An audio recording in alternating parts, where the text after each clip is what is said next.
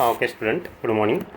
मागच्या पिरियडमध्ये आपण पेज नंबर 16वर म्हणजेच वरचा जो काही पॅराग्राफ आहे and good feeling instead of resentment तिथपर्यंत आपण बघितलं होतं. आता त्याच्या पुढचा भाग बघा. I should like to feature in this connection my friend the polite conductor. Here the writer gives the importance means to one of his fellow, that is the conductor means who was a polite one. एका प्रामाणिक किंवा विनयशील विनम्र अशा कंडक्टरचं उदाहरण तो इथे देण्याचा प्रयत्न करतो आहे. By this discriminating title I do not intend to suggest a rebuke to conductors generally. By this discriminating title, discriminating म्हणजे दुजाभाव करणे किंवा साप्तांना वागणूक देणे. या दृष्टिकोनातून तो असं म्हणत नाही की जे काही कंडक्टर लोक आहेत म्हणजेच ही जी काही कंडक्टर लोक आहेत त्या कंडक्टर लोकांवर मला येथे म्हणजेच ही गोष्ट सांगून त्यांच्यावर टीका टिप्पणी करायची नाहीत किंवा त्यांना म्हणजे एक प्रकारचा दुजाभाव द्यायचा नाही. रिब्यूक म्हणजे टीका टिप्पणी करणे. On the contrary I dispose to think that there are few classes of men who came through the ordeal of a very trying calling better than bus conductors do. Means here writer would also like to say that means as far as he was dispose means he wants to say surely that means there are so many people we observe, we notice in the society as they will have to work means tremendous hard rather than the conductor in his life. म्हणजे सोसायटीमध्ये समाजामध्ये त्या कंडक्टरपेक्षाही खडतर जीवन जगणारे असे बरेचसे लोक तेथे आहेत. Here and there you will meet an unpleasant specimens who regards the passenger as his natural enemies, as creature whose chief purpose on the bus is to cheat him and who can only be kept reasonably honest by a loud voice and an aggressive manner.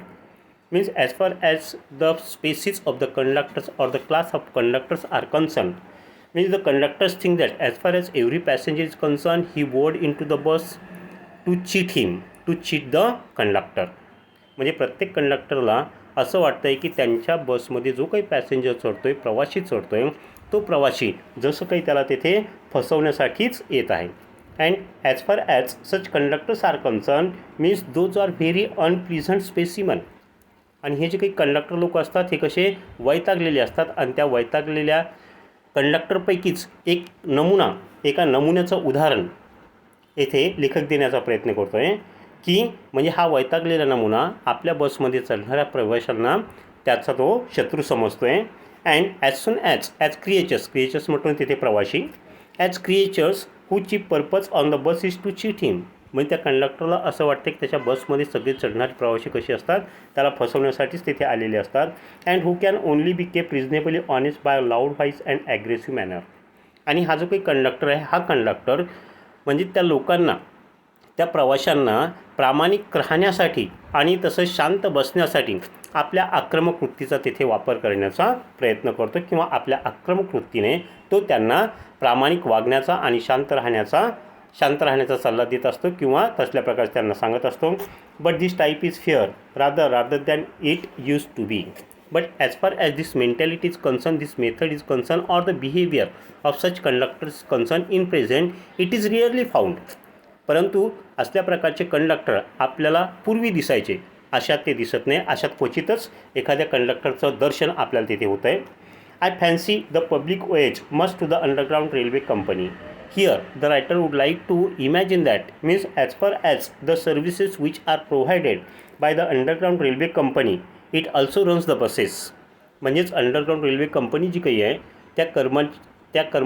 ते म्हणजे ही जी काही company आहे ती company म्हणजेच बसची सेवा प्रवाशांसाठी तेथे देते आणि त्यांचे हे जे काही प्रवासी आहेत त्यांच्या प्रवाशाकडूनही चांगल्या प्रकारच्या वर्तणुकीची अपेक्षा लेखक येथे करतो आहे. So underground railway company which also runs the buses for insisting on a certain standard of civility in servants. Means here the writer imagine that means those servants must have also behave politely with their passengers and taking care that standard is observed. And as far as means that politeness is concerned, it should be always maintained by the servants of that company.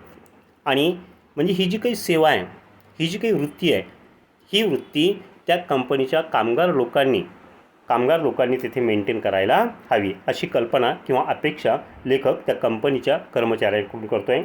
In doing this it not only makes things pleasant for the travelling public. आणि असं जर त्यांनी केलं means it will not only means makes things pleasant for a travelling passenger but also performs an important social service. आणि असं जर त्यांनी केलं तर म्हणजेच एक प्रकारचं चांगलंच वातावरण तेथे प्रवासाच्या दरम्यान निर्माण होणार नाही, तर एक प्रकारची चांगली महत्त्वाची सेवा त्या अंडरग्राऊंड रेल्वे कंपनीच्या कर्मचाऱ्यांकडून तिथे घडवल्या जाईल किंवा प्रवाशांना दिल्या जाऊ शकते. असल्या प्रकारची कल्पना त्या अंडरग्राऊंड रेल्वे कंपनीच्या कर्मचाऱ्याकडून लेखक येथे करतो आहे. In the following paragraph, it is not therefore with any feeling of unfriendliness to conductor as a class that I pay tribute to a particular member of this class. Here means by this example the writer wants to tribute म्हणजेच प्रशंसा करणे किंवा स्तुती करणे. And by tributing or by praising, here the writer do not want means with any feeling of unfriendliness. म्हणजेच त्या एका कंडक्टरचं उदाहरण देऊन एक प्रकारची अपकाराची भावना येथे लेखकाच्या मनात त्यांच्याबद्दल कंडक्टरबद्दल तिथे निर्माण होत नाही. It is not therefore with any feeling of unfriendliness अपकाराची भावना to conductors as a class that here means he pay a tribute म्हणजेच प्रशंसा करणे to a particular member of this class. म्हणजेच या कंडक्टरच्या क्लासमधील एका कंडक्टरची तो तेथे स्तुती करतो आहे आणि त्याद्वारे एक प्रकारची अपकाराची भावना तो तेथे व्यक्त करू इच्छित नाही. I first became conscious of its existence one day means when the writer was going to travel or while traveling means he realized the existence of conductor's life. म्हणजे त्यांच्या जीवनाच्या अस्तित्वाची जाणीव एक दिवस प्रवास करत असताना लेखकाला तेथे झाली. कोणाच्या? कंडक्टरच्या जीवनाच्या अस्तित्वाची. So means I first became conscious of its existence one day when I jumped onto bus and found that I had left home without any money in my pocket. Means while the writer was traveling without a money in his pocket. म्हणजे त्याच्या खिशामध्ये एक खडकू नसतानाही ज्यावेळेस तो बसमध्ये प्रवास करण्यासाठी निघाला त्यावेळेस या कंडक्टरच्या अस्तित्वाची जाणीव, त्यांच्या स्वभावाच्या अस्तित्वाची जाणीव लेखकाला तेथे झाली होती. म्हणजेच खिशात पैसे नसताना जर आपणही प्रवास करायला निघालो तर तसल्याच प्रकारची भावना आपल्या मनामध्ये तेथे निर्माण होऊ शकते. जसल्या प्रकारची भावना लेखकाच्या मनामध्ये त्या दिवशी निर्माण झाली होती आणि त्या दिवशीच कंडक्टरच्या जीवनाच्या अस्तित्वाची जाणीव लेखकाला तेथे झाली होती. एव्हरीवन हॅज हॅड एक्सपिरियन्स आणि असल्या प्रकारचा अनुभव प्रत्येकाला तेथे येऊ शकतो. And knows the feeling the mix feeling. आणि त्या परिस्थितीमध्ये ज्या काही भावना निर्माण होतात, ज्या काही मिश्र भावना निर्माण होतात तसल्याच प्रकारच्या भावना लेखकाच्या मनात त्या दिवशी निर्माण झाल्या होत्या. किंवा म्हणजेच खिशात पैसे नसताना किंवा पैशाचं पाकीट घरी विसरलेला असताना तो प्रवासाला निघाला होता किंवा बसमध्ये बसला होता. With the discovery arouses you are annoyed because you look like a fool at the best and like a new at the worst. Means you are annoyed. आणि ज्यावेळेस तुम्हाला जाणीव होते की आपल्या खिशामध्ये तिकीट काढण्यासाठी पैसे नाहीत, at that time means your self means that person himself get angry. Annoyed means angry म्हणजेच राग येणे किंवा संतापणे. तो म्हणजे स्वतःचा त्याला राग येतो की आपण किती मूर्ख आहोत, किंवा एक प्रकारचा स्वतःला तो तेथे एक लबाड किंवा हलकट माणूस समजतो आहे. कारण की इतरांना काय वाटू शकतं की म्हणजेच हा विदाऊट तिकीट प्रवास करण्याच्या विचारातच तो बसमध्ये चढलेला आहे. म्हणजे असल्या प्रकारची भावना त्याच्या मनामध्ये तिथे निर्माण होते. नेव म्हटलं म्हणजेच लबाड किंवा हलकट. You would not be at all surprise if the conductor eyed you coldly as much as to say yes I know means that's tell trick. And when the passenger means told the conductor that means he wants to get down because he didn't have a money means to take the ticket. At that time means he behave coldly means politely and say that means as far as he is saying, the passenger is saying, means he is using a stale old trick, and as far as that stale old trick is concerned, means with such tricks the conductor is familiar. आता ज्यावेळेस तो passenger कंडक्टरला म्हणतो आहे की माझ्याकडे तिकिटासाठी पैसे नाही, अशा वेळेस तो कंडक्टर त्याला शांतपणे म्हणतो आहे की तुम्ही हे जे काही सांगतायत म्हणजेच ह्या फार जुन्या युक्त्या झालेल्या आहेत, क्लुप्त्या झालेल्या आहेत, आणि असल्या प्रकारच्या क्लुप्त्या पॅसेंजर लोक वापरतात याबद्दलची मला पूर्णपणे जाणीव आहे. असं एखादा कंडक्टर शांतपणे म्हणतो आणि and then off you get असं म्हणून तो तुम्हाला शांतपणे खाली उतरवतो. And even if the conductor is a good fellow and lets you down easily. म्हणजे एखाद्या चांगल्या स्वभावाचाच कंडक्टर, एखादा जो काही सुस्वभावी व्यक्ती असतो किंवा कंडक्टर असतो, तसल्याच प्रकारचा कंडक्टर तुम्हाला त्या सिच्युएशनमध्ये खाली उतरू देईल. नाहीतर एखादा उद्धट किंवा रूट जर कंडक्टर जर असेल तर त्याच्याकडे तो अगोदर रागारागाने बघेल. रागारागाने बघेल म्हटलं म्हणजे त्यांची जी काही मानसिकता असते की जसा प्रवासी आपल्याला फसवण्यासाठीच गाडीमध्ये म्हणजे गाडीमध्ये त्याने प्रवेश केलेला असतो, त्या दृष्टिकोनातून एखादा जर उद्धट जर कंडक्टर तेथे असता किंवा एखादा उद्धट कंडक्टर काय करेल, त्याला 1 किलोमीटरवर सोडण्याऐवजी 2-3 किलोमीटर त्याला पुढे नेऊन खाली उतरवेल. परंतु तसल्या प्रकारचा हा कंडक्टर तेथे नव्हता. So means if the conductor is good fellow, सुस्वभावाचा जर कंडक्टर जर असेल तर तो काय करेल, तुम्हाला शांतपणे तिथे खाली उतरवून देईल. आता खाली उतरवून दिल्यानंतर means you will have to face the inconvenience. आता खाली उतरून दिल्यानंतर बसस्टँडपर्यंत जाण्याचा त्रास तुम्हाला तेथे होणार, आणि त्या दरम्यान ज्या गोष्टीसाठी ज्या कामासाठी तुम्ही जाणार होते तर तुमच्याकडे तिकिटासाठी पैसे नसल्या कारणाने तुम्हाला तिथे खाली उतरावं लागतं, आणि त्यामुळे पुढची जी काही तुमची मीटिंग असते कोणासोबतची, ती मीटिंग तुमची तिथे कॅन्सल होते किंवा ती मीटिंग हुकते, किंवा म्हणजेच तुम्हाला जी काही पुढची ट्रेन पकडायची असते दुसऱ्या गावाला जाण्यासाठी, ती ट्रेन पण तुमची तिथे हुकते. कशामुळे? फक्त एखादा शांत स्वभावाचा जर कंडक्टर असेल आणि त्याने तुम्हाला अशा प्रकारे शांततेने खाली उतरून दिलं तर. परंतु या 2-3 गोष्टी तिथे होणारच. तुम्हाला जाण्याचा त्रास होणार, दुसरी गोष्ट म्हणजे तुमची तेथे ट्रेन मिस होणार, आणि तुमची जी काही प्रपोज अशी मीटिंग असेल किंवा एखाद्या व्यक्तीची भेट असेल ती भेट पण तुमची तेथे हुकून जाते. Having search my pockets in vain for stray coppers. आता ज्यावेळेस लेखक बसमध्ये चढला, at that time he tried to search the money in all the corner of his pockets but in vain.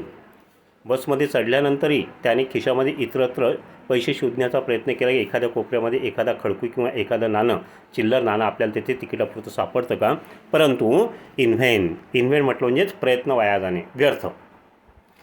For stray Cowper's म्हटलं म्हणजेच आपण काय म्हणू त्याला, स्ट्रे कॉपर्स म्हटलं एखादी गोष्ट म्हणजे अनावधानाने विसरणे. कॉपर म्हणजे अनावधानाने एखादा पैसा किंवा एखादा रोकडा किंवा एखादा काय म्हणू आपण त्याला कॉईन खिशामध्ये विसरलेला आहे का, या गोष्टीचा तो शोध घेतो आहे, परंतु त्याचे प्रयत्न तिथे व्यर्थ होत आहेत. And having found I was utterly penniless. आता एवढं झाल्यानंतर मग त्याला असं वाटतं की आपल्याकडे एक खडकू पण तिथे नाही. पेनीलेस म्हटलं म्हणजे पैसे नसणे. I told the conductor with as honest face as I could assume that I could not pay the fare and I must go back means for money. आणि मग अशा वेळेस लेखकानं काय केलं, गरीब असा चेहरा करून प्रामाणिकपणे कंडक्टरला सांगितलं की माझं पैशाचं पाकिट घरी विसरलेलं आहे, माझ्याजवळ तिकिटाचे पैसे नाही, त्या दृष्टिकोनातून पैसे आणण्यासाठी मला घरी जावं लागेल, वापस मला घरी जावं लागेल. असं लेखक त्या कंडक्टरला तिथे म्हणते. Oh you needn't get off, that's all right said he. असं म्हटल्यानंतर तो कंडक्टर काय म्हणतो आहे, there is no need to get down. आता तुम्हाला तिथे पैसे आणण्यासाठी म्हणजेच खाली उतरण्याची गरज नाही, असं कंडक्टर ज्यावेळेस म्हणतो त्यावेळेस लेखक त्याला म्हणतो आहे ऑल राईट, बरं ठीक आहे सेड आहे, but I haven't a copper on me. परंतु माझ्याकडे एक खडकू पण नाही तुम्हाला द्यायसाठी. हो I shall book you through he reply. काळजी करू नका, तुम्हाला जेथे कुठे जायचं असेल म्हणजे ते तिकीट मी काढतो आहे, असं कंडक्टर त्याला म्हणतो आहे. Where would you want to go. And he handle his bundle of tickets with the air of a man who was prepared to give me a ticket for means anywhere from the bank to Hong Kong. आता असं म्हटल्यानंतर त्या कंडक्टरने त्याला विचारले तुम्हाला कुठे जायचं आहे असं म्हणून त्याच्या हातामध्ये जे काही तिकिटाचं बंडल ते तिकिटाचं बंडल त्याच्यासमोर असं फिरवलं आणि बँकेपासून तर हाँगकाँगपर्यंत तुम्हाला कुठे जायचं आहे त्या ठिकाणाचं मी तुम्हाला तिथे तिकीट देतो आहे असं कंडक्टरने त्याला सांगितलं. I said it was very kind of him. आणि असं मग लेखक काय म्हणतो आहे असं जर केलं तर माझ्यासाठी ते खूपच चांगलं होईल. And told him here I wanted to go.